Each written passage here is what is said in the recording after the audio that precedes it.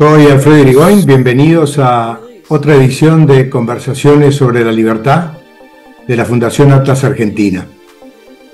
Hoy tenemos el placer de conversar con Martín Simonetta.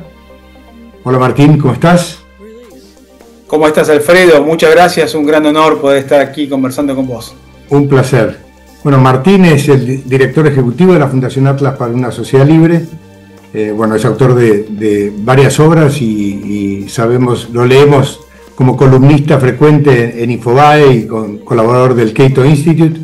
Es profesor de titular de Economía Política en la Universidad de Ciencias Empresariales y Sociales, profesor de Economía en la Cámara Argentina de Comercio, miembro del Instituto de Política Económica de la Academia Nacional de Ciencias Morales y Políticas. Martín, licenciado en Relaciones Internacionales de la Universidad de El Salvador, magíster en Política Económica Internacional de la Universidad de Belgrano y también hizo un posgrado en Psicología Positiva. Al final de la charla le vamos a preguntar a Martín que nos cuente un poco esa incursión en la psicología. La idea de la conversación sobre la libertad del día de hoy es hablar un poco de las distintas ideas que fueron evolucionando sobre, de alguna manera, el rol del Estado, ¿no? Yo diría en la primera mitad del siglo XX se perfecciona un poco el modelo neoclásico que había empezado con Marshall allá por 1890.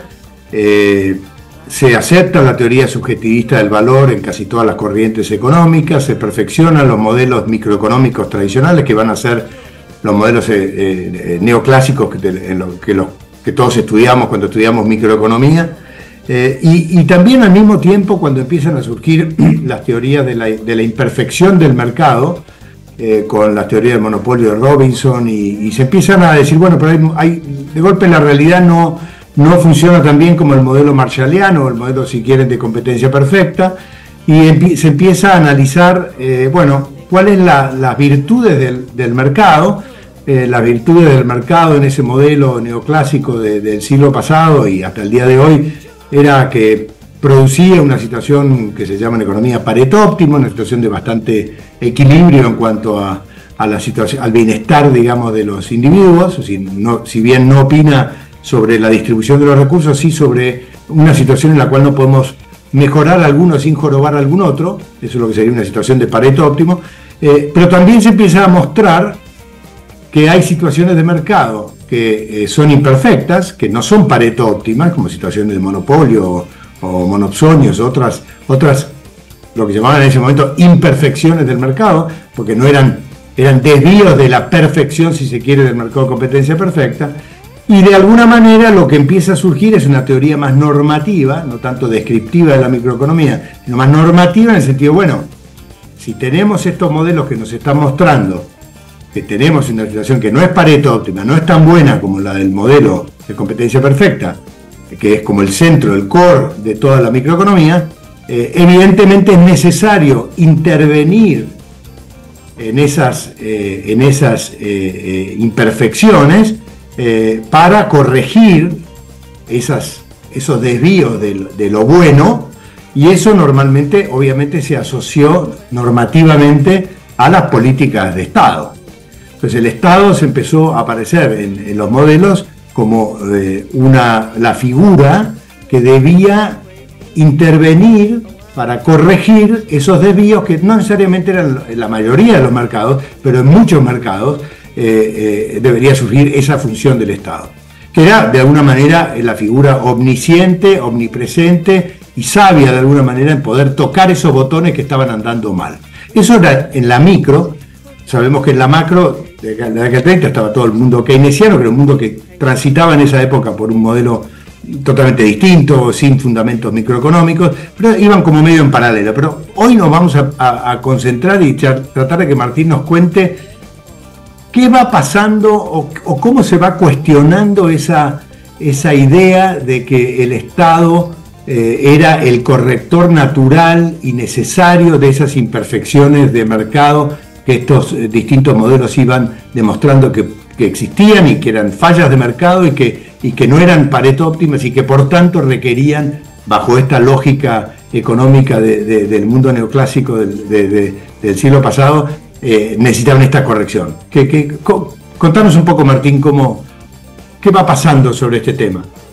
Bueno, en todo este contexto que vos muy bien describís, aparecen un grupo de economistas que empiezan a aplicar el modelo epistemológico económico a lo que habitualmente llamamos la política, temas de la ciencia política, la toma de decisiones humanas, y porque hasta el momento se consideraba que, en el mercado el consumidor buscaba maximizar el ingreso, la empresa la ganancia, pero si veíamos lo que era lo público, lo que era el gobierno, lo que era el Estado, estábamos gobernados por ángeles, ¿no? Entonces había una dicotomía, una incoherencia entre los criterios que se aplicaban para un ámbito, digamos, de las decisiones humanas y el otro ámbito, ¿no? Y acá aparece la teoría de la elección pública, que es un grupo de economistas liderados por James Buchanan y Gordon Tullock, también, que van a aplicar, digamos, el modelo epistemológico de la economía al análisis de lo político, ¿no? Una visión mucho más realista de la ciencia política, ¿no? Entonces, decían en chiste y en serio, ¿no? ¿Cómo puede ser? Como dije recién hace un ratito, el consumidor busca maximizar su ingreso, el empresario la ganancia y el gobernante busca el bien común. Esto no me cierra, ¿no? Y a partir de esto aparece algo que me parece muy interesante, que es el realismo que ya había en diversas corrientes económicas al análisis de los procesos de toma de decisiones políticas, ¿no? Que nos permite ver de una forma desangelada lo que va pasando en las sociedades, comprender las causas de por qué ha crecido, por ejemplo, el Estado en buena parte de los países a partir de la crisis del 30, etcétera, etcétera, la acumulación de coaliciones de distribución, que lo estudió Mankey Olson un poco más tarde, y una visión novedosa, realista, que empezaba a comprender la lógica del crecimiento del Estado, ¿no? Que realmente le mereció, por ejemplo, a Buchanan un premio Nobel de Economía en el 86, por justamente, como decíamos, aplicar la metodología económica, podemos decir praxeológica en algún sentido, pero también de la economía, de la microeconomía más tradicional, pero al proceso de toma de decisiones políticas, ¿no? Y acá empezamos a ver hay muchas subcampos de análisis, ¿no? Pero y tomando algunos que tienen que ver con la realidad argentina, con los problemas argentinos. Milton Friedman decía, por ejemplo, de forma muy sintética, muy clara, utilizaba esta metáfora, que nosotros no gastamos de la misma forma el dinero si es nuestro o si es de un tercero, ¿no? Por ejemplo, digo a mis alumnos siempre, si yo viajo con mi dinero, capaz que me voy a un hostel y duermo con 15 personas en el cuarto. Si voy con dinero de la empresa, voy a un hotel 5 estrellas, a la habitación más cara, ¿no? Este razonamiento un poco gracioso y tan simple nos muestra cómo toman decisiones y cómo se gasta el dinero que no es suyo, por ejemplo, los estados y los gobernantes. Entonces, y siempre Milton Friedman decía, ¿qué pasa cuando se gasta dinero que no es tuyo? Cuando gastás dinero que no es tuyo en terceros, no te importa ni cuánto gastás ni qué comprás, ¿no? Y él decía, así se gastaba más del 40% de los ingresos de los norteamericanos. Claro. Entonces, y en este proceso de toma de decisiones, este análisis simple, ¿no?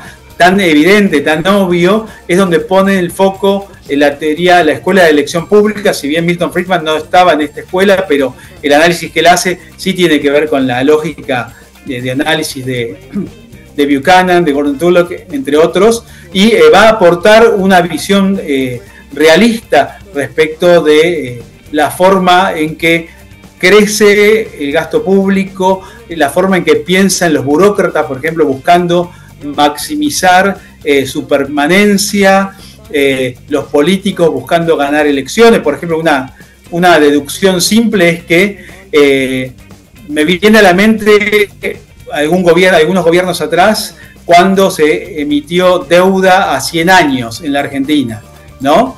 Y se demostraban como un éxito. Estas cosas que uno no haría con la propia plata posiblemente se muestran como un éxito cuando lo hace un gobierno que gobierna 4 años u 8 a lo sumo y se va, ¿no? Entonces, también en este marco Buchanan sugería, después en lo que era economía constitucional, establecer restricciones, dado todo esto, restricciones constitucionales para evitar que los gobiernos pudieran tener una agenda libre y suelta en el manejo del dinero de los ciudadanos, de los hijos de los ciudadanos, de los nietos de los ciudadanos. Y si uno, por ejemplo, me viene a la mente, ve la evolución de la deuda pública de los Estados Unidos, ¿no? Después si venimos a Argentina, que es todo mucho más salvaje todavía, es realmente una gran locura, ¿no? Y lo interesante es que en la sociedad americana han surgido distintos sitios web que, por ejemplo, son monitores de la evolución de la deuda y hacen el cálculo de la deuda por habitante, ¿no? Segundo a segundo. Y uno mira y ve cómo va cambiando los numeritos, y allá hay mucho más conciencia tributaria, ¿no? Y muchas veces los liberales hablamos que la palabra contribuyente deberíamos eliminarla del diccionario, ¿no? Y en inglés capaz que hay un término mejor que es taxpayer, ¿no? Pagador de impuestos.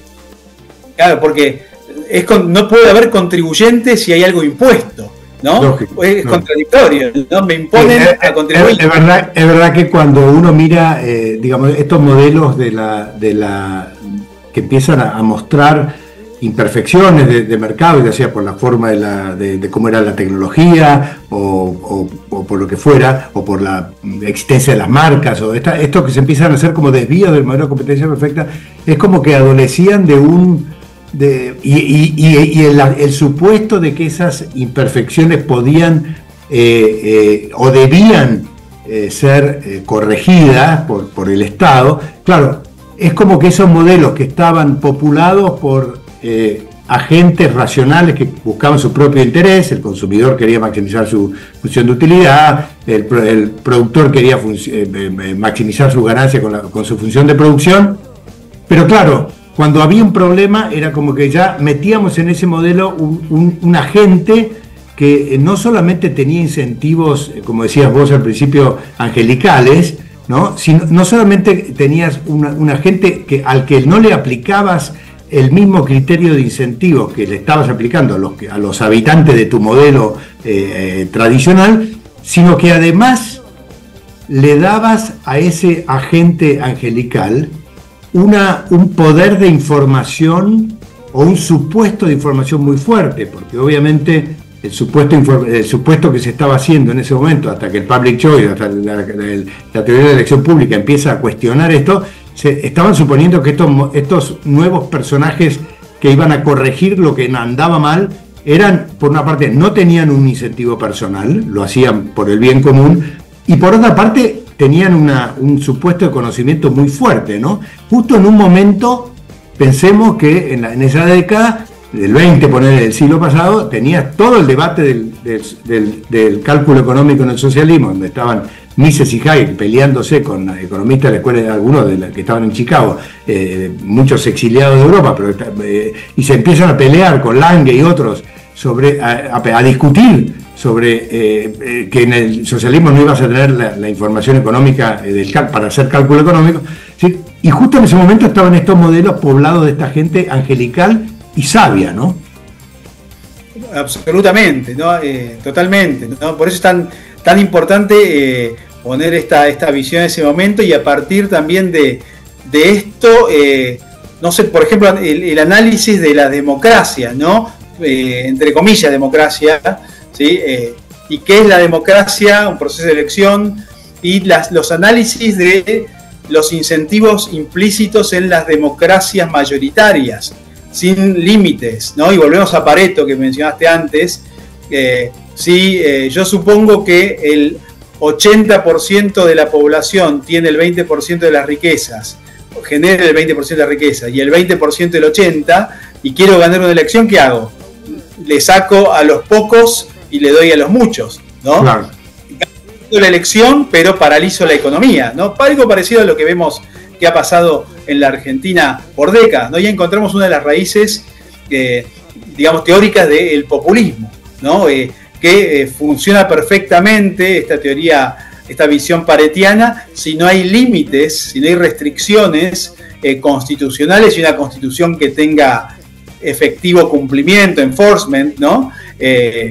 Porque si no, ¿por qué no voy a sacarle a los pocos para darle a los muchos si lo que yo busco es votos, ¿no? Ahí estaría bueno, Martín, que nos cuentes un poco cómo gesta cuando Buchanan y su escuela empiezan a cuestionar estos supuestos, ¿no? Ellos, como vos decías antes, ¿por qué no nos contás bien por qué creen que al final tenés que poner como mandatos constitucionales que limiten el poder del Estado ¿cómo es la secuencia del análisis, digamos? Porque después ellos se transforman, hacen varias propuestas concretas, ¿no? O presupuestarias o lo que fuera. Contanos un poco cuál es la relación entre esta visión de crítica, digamos, del Estado como por su propio, digamos, que tienen su propio interés, la burocracia o el Estado tiene su propio interés, y estas normas que ellos terminaron proponiendo. Bueno, como charlábamos antes, lo que dicen ellos, hablando en lenguaje coloquial, los políticos quieren ganar elecciones y les interesa el corto o mediano plazo. En Argentina diríamos 2 años, 4 años. Entonces, no le va a importar mucho 50 años, 100 años. A veces hablamos y pensamos respecto de las reglas de emisión del Bitcoin hasta el año 2140, ¿no? Esa restricción no existe. Entonces, el político tiene como meta ganar la elección. En consecuencia, va a poner todos los recursos de la gente para ganar la próxima elección. Dado eso, si no hay ningún tipo de restricción normativa, constitucional o de algún tipo, va a privilegiar su interés de corto plazo, que va a ser ganar esa elección. Siendo a casos más salvajes como los que vemos en la Argentina, a nivel nación, provincia, municipios. No sé, vemos provincias en la Argentina donde el 70% de las personas trabaja en el sector público, por ejemplo, provincial y municipal. Bueno, sería muy interesante. Acá es mucho más salvaje, ¿no?, que en los países más organizados. Pero, digamos, a esto se refiere la norma constitucional, de que el gobernante sepa que está maniatado antes de empezar a gobernar, que existen restricciones externas que limitan su accionar en términos de gasto público, en términos de endeudamiento, etcétera, ¿no? Lo cual es muy saludable para las instituciones, para las generaciones actuales, las generaciones futuras, y uno sí ve lo que está pasando con la pérdida del valor del dólar respecto de otros activos y las monedas nacionales, no solo el dólar, vemos claramente la consecuencia, ¿no?, de esta circunstancia, y que tampoco la separación a través de una reserva federal o bancos centrales termina de limitar la restricción, ¿no? Y lo que mencionábamos recién, el fenómeno de las criptomonedas surge como una rebelión ciudadana buscando preservar el poder del dinero, de su dinero, ¿no? Así que claro que esas reglas, ¿no? Esas reglas que habría que poner para justamente, como explicás, limitar el hambre, el hambre insaciable del Leviatán. El problema que tenés también es que esas reglas, para ponerlas, te las tiene que poner el propio sistema político, ¿no?, que justamente no quiere que lo aten al mástil, sino quiere tener la libertad de consumirse toda la riqueza que pueda cuando quiera, ¿no? Ahí tenés como una tensión en cómo lográs que el propio sistema político, que tiene una dinámica como la que explicás, ¿no?, de seguir creciendo y tiene su propio interés de consumir más riqueza, vaya a meterse él mismo una cadena que lo sujete, ¿no? Sí, absolutamente, ese es el gran punto. ¿Por qué me voy a maniatar, no? Y el caso de la Argentina y la salida de la convertibilidad, que podemos discutir si era mayor, menor, más pura, menos pura, más buena o no, pero muestra claramente cómo los sectores que se benefician de una economía con más inflación, cerrada, con devaluación, logran romper esta cadena, ¿no? Y se puede volver a un modelo en el cual, como consecuencia de la emisión monetaria, la devaluación, la pérdida de valor de la moneda con respecto a otras monedas, la economía se cierre y quede la quintita, ¿no?, lista para que no entren los demás, ¿no? Otro caso interesante es que es para charlar y debatir, ¿no? Por ejemplo, nosotros los liberales cuestionamos bastante los procesos de integración económica en muchos sentidos. Pero la otra vez, hablando con el presidente Aznar, en persona me decía, y hablamos de la inflación en Argentina, etcétera, decía que España, sin la Unión Europea y las restricciones monetarias, nunca hubiera dejado de desarrollar las políticas políticas monetarias y cambiarias que tenía hasta ese momento, ¿no?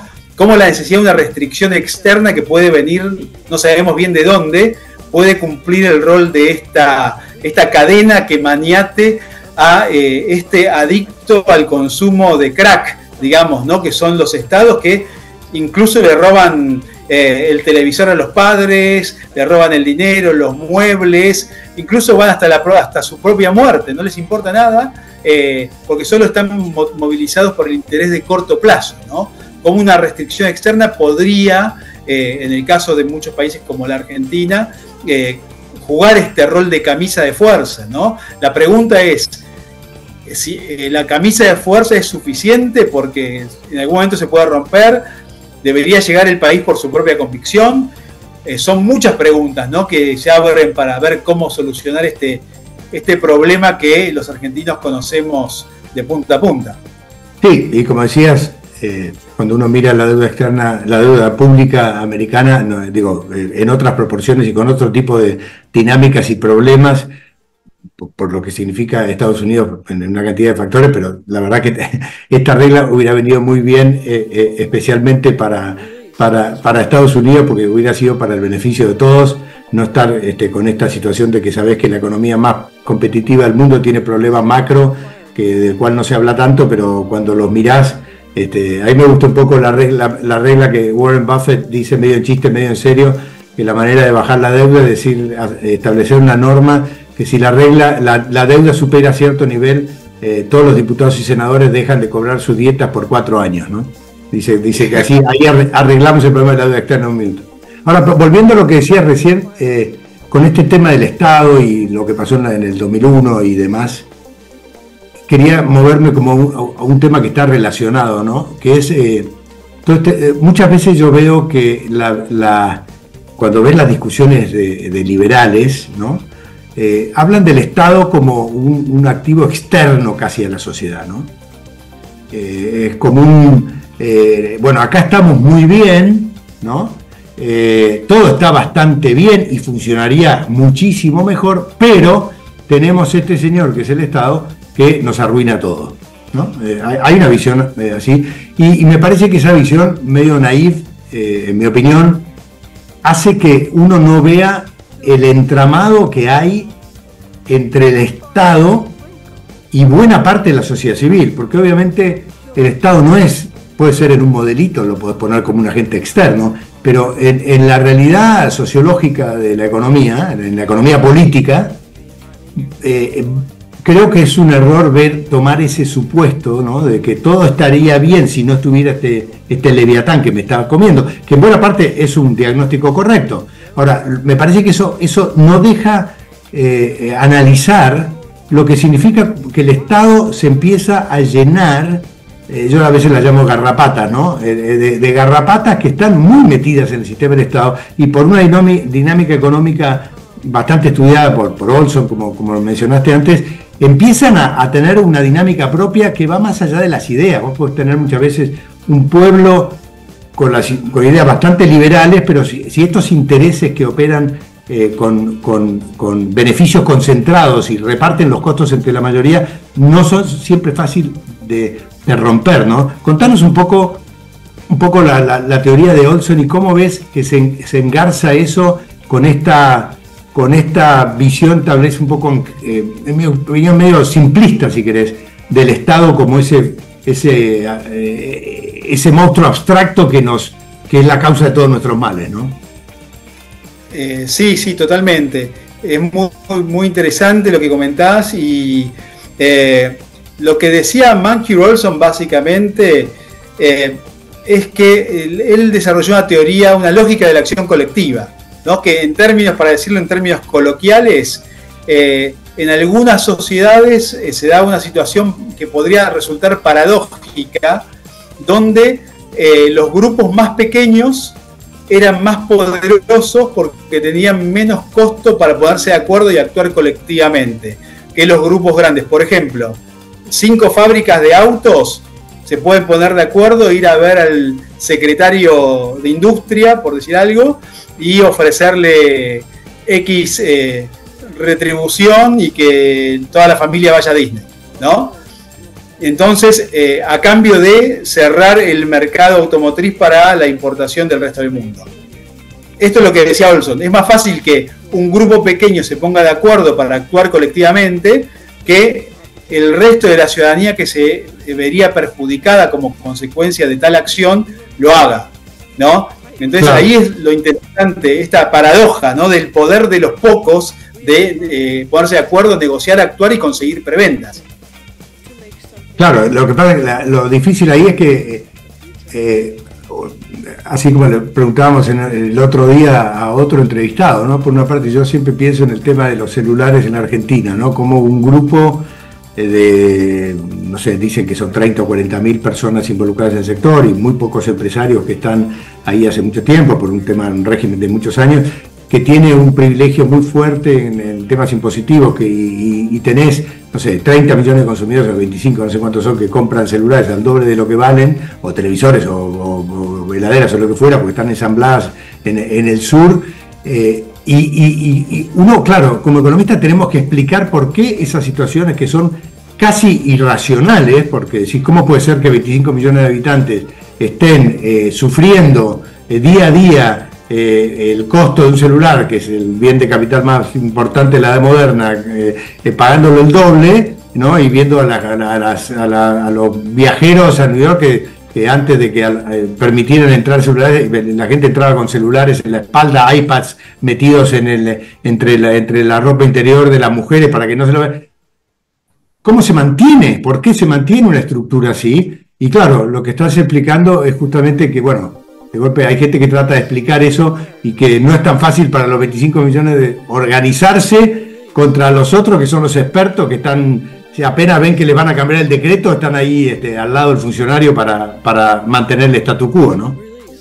Sí, sé que no quiero ser autorreferencial, pero en alguna época trabajé a cargo de asuntos gubernamentales y asuntos públicos de una empresa multinacional, y mi rol era vincularme con las distintas cámaras y organizaciones empresarias de la empresa y ver los intereses de la empresa en cada grupo de productos específicos. Y básicamente era, bueno, para esto quiero arancel cero, para esto quiero que se cierre todo, pongamos una barrera técnica que entran todos los celulares menos los que tienen, no sé, están hechos de plástico con tal calidad, con una descripción técnica. Es básicamente así, ¿no? Y es sorprendente la permeabilidad que hay en sociedades como la Argentina, ¿no? Esto sigue de largo, pasa y no hay ningún tipo de problema ni restricción para que esto se implemente de esta forma, ¿no? Y se hace de forma sutil dentro del marco de la ley incluso. Claro. Así que es muy, muy, muy interesante ver cómo en Argentina tenemos una economía medieval en la edad contemporánea, ¿no? Y también en este sentido uno ve, volviendo a Public Choice, Buchanan sobre todo habla de economías donde hay reglas de juego que permiten una actividad profit seeking, de búsqueda de ganancias, donde las empresas compiten para buscar ganancias y compiten en un mercado abierto, competitivo, innovador, y este tipo de mercado genera ganancias y genera una situación ganar-ganar para la empresa, para los consumidores, etcétera, ¿no? Pero contrariamente, en la otra mano, él habla de lo que es rent-seeking behavior, el comportamiento de búsqueda de rentas, y describe con este término a sociedades que son permeables a que las normas se adapten para generar, por ejemplo, mercados cautivos, oligopolios artificiales, y que en consecuencia se diera lo que vos describías muy bien, que son rentabilidades extraordinarias, ¿no? Que la llama rentas en este sentido, y que a la vez el análisis que vamos a hacer para entenderlo es ¿por qué voy a invertir en un país como Argentina si no tengo una rentabilidad extraordinaria que me justifique el riesgo adicional, ¿no? Para seguir dentro del realismo. Entonces creo que el otro caso impresionante, ¿no? Si uno mira la historia de Argentina, porque el caso de los celulares debe tener 15 años, ¿no? Pero si uno mira lo que pasa con el sector agropecuario, ¿no? Porque si te pones a pensar ya de la década del 30, ni hablar de la década del 40, pero desde entonces prácticamente en forma ininterrumpida, tenés un sector que estuvo con impuestos del 50% de su renta, porque una retención y más los tipos de cambios artificiales hacían que un productor, basta ver lo que vale la soja en Rosario de lo que vale la soja en Chicago, para darte cuenta del nivel de confiscación que tiene un sector, que es el sector, o uno de los sectores más dinámicos de la Argentina, que está en todo el país, y sin embargo, ¿cómo explicás que toda esta gente, que son grandes productores de divisas, de recursos, que tienen una enorme eficiencia, sean expoliados de una forma tan sistemática, constante en el tiempo, sin que nada pase? Bueno, evidentemente es un fenómeno social que es difícil de explicar, porque prima facie es difícil de entender. Creo que todo lo que nos estás contando es como maneras para tratar de entender fenómenos que de otra manera parecen casi imposibles de explicar, ¿no? Bueno, es muy interesante lo que vos comentás y esta paradoja, ¿no? Que se da, que parece incomprensible, cómo los menos eficientes triunfan en la pulseada respecto de los más eficientes, ¿no? Que en el caso argentino se da, por ejemplo, industria, generalizando, ¿no? La industria es más fuerte políticamente que el sector agropecuario. Y una visión es que la cantidad de empleos vinculados a cada sector. Esto también se puede ver en el caso en Europa, se da lo contrario. El poder del sector agropecuario, que es ineficiente, subsidiado, aislado de los mercados mundiales, respecto de otros sectores competitivos, ¿no? Y cómo el agro, a través de la política agrícola común, por ejemplo, sigue consiguiendo mercados cautivos, a pesar de ser terriblemente no competitivos, ¿no?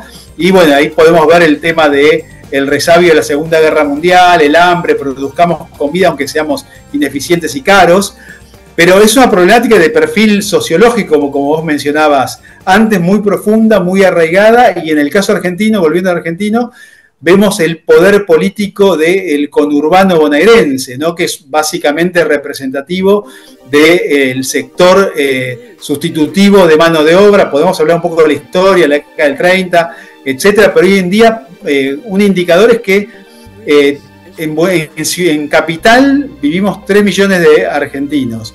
Todos los días vienen del conurbano 3 a trabajar a Ciudad de Buenos Aires, pero habitan en el conurbano 13 millones de argentinos. Exacto. ¿Sí? Con lo cual nos da una idea del poder político del conurbano, la relevancia política del conurbano.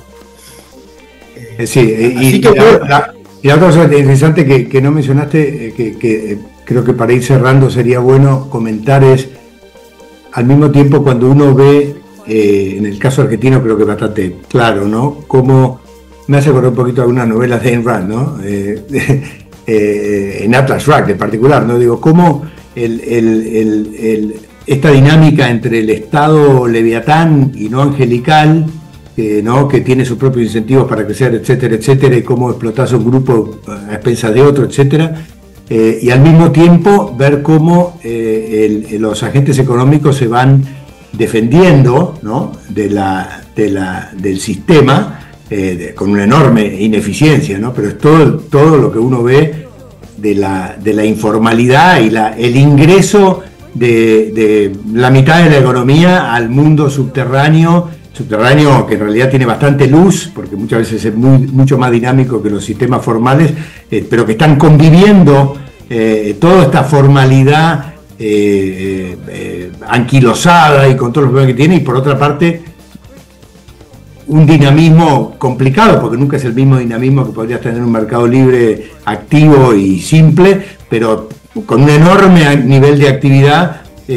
totalmente marginal al aparato estatal, ¿no? Es como, parecería que acá el Estado tiene una gran falla del Estado versus una falla de mercado, porque básicamente todas las políticas terminan alejando a la gente del propio sistema y se les empiezan a escapar del sistema, de nuevo, con un colectivo muy ineficiente, pero esta falla de mercado del Estado, a veces uno podría argumentar es tan grave como las supuestas fallas de mercado, ¿no? Tal cual, ¿no? Tengamos en cuenta que en Argentina más o menos hay unos números que dan terror, ¿no? Hay cerca de 4 millones de empleados públicos, nación, provincias, municipios, ¿no? Y otro tema que es para charlar 1000 años, el tema de la coparticipación, ¿no? Que sí, la provincia que genera 10 recibe 2 y viceversa, ¿no? Otro tema. Pero bueno, hay 4 millones de empleados públicos, de los cuales el 70% son empleados provinciales. Eso por un lado. Bueno, la mitad de los jubilados cobra jubilación sin aporte, ¿sí? Otra cuestión es que hay cerca de 6 millones de empleados privados en blanco, o sea, 6 millones de empleados privados en blanco y 4 millones de empleados públicos. O sea, el sistema evidentemente no es consistente. Hay otros 6 millones de empleados privados en negro. Y lo interesante también es el fenómeno del monotributismo, que hay más de 3 millones de personas, ¿no? Que han ido por donde pudieron, como vos dijiste, y las empresas contratan a los monotributistas, que es una forma de no tener relación de dependencia, no tener el costo del contrato en blanco tradicional, de darle la flexibilidad que exige la supervivencia de un mercado como el argentino. Bueno, van apareciendo grietas, ¿no? Y me viene a la mente el libro de Hernando de Soto, El otro sendero, ¿no? Que muestra lo que en Perú se da como un resultante, cómo la gente va buscando la libertad por donde puede, ¿no? Y se da esto en la economía informal, que sugiere que se cambien instituciones para poderla canalizarla por un ámbito donde pueda tener el máximo rendimiento posible y no un rendimiento subóptimo a través de la limitación, las limitaciones institucionales que da la informalidad. Sí, como para ir cerrando, como diría Juan Liach, en el país de las desmesuras, yo creo que la Argentina es un buen laboratorio para de alguna manera validar muchas de las preocupaciones que tenía Buchanan, Douglass North y Olson sobre esta dinámica del Estado, ¿no? Porque probablemente en Argentina estamos viendo en forma desmesurada, como siempre, los efectos de un proceso de deterioro institucional que va por ese lado, ¿no? Sí, totalmente, ¿no? Y por eso es muy bueno el concepto de Olson, para cerrar, de Estado capturado, ¿no? Y describiría muy rápidamente lo que es la economía argentina. Carlos Escudé escribió un libro llamado El Estado Parasitario. También me parece muy bueno el título, para sintetizar todo esto que hemos hablado en pocas palabras. Bueno, Martín, te agradezco muchísimo. Creo que ha sido súper interesante la charla. Creo que está bueno que quienes escuchen la charla se puedan interesar en toda la tradición de Buchanan, de Douglass North, de Mansur Olson, que creo que son autores que ayudan mucho, no solamente a entender el mundo en general, pero la Argentina en particular. Así que te quiero agradecer un montón. 1000 gracias, un placer charlar con vos y bueno, seguiremos en contacto. Alfredo, muchísimas gracias y un gran honor. Seguimos para adelante. Gracias. Un placer. Gracias.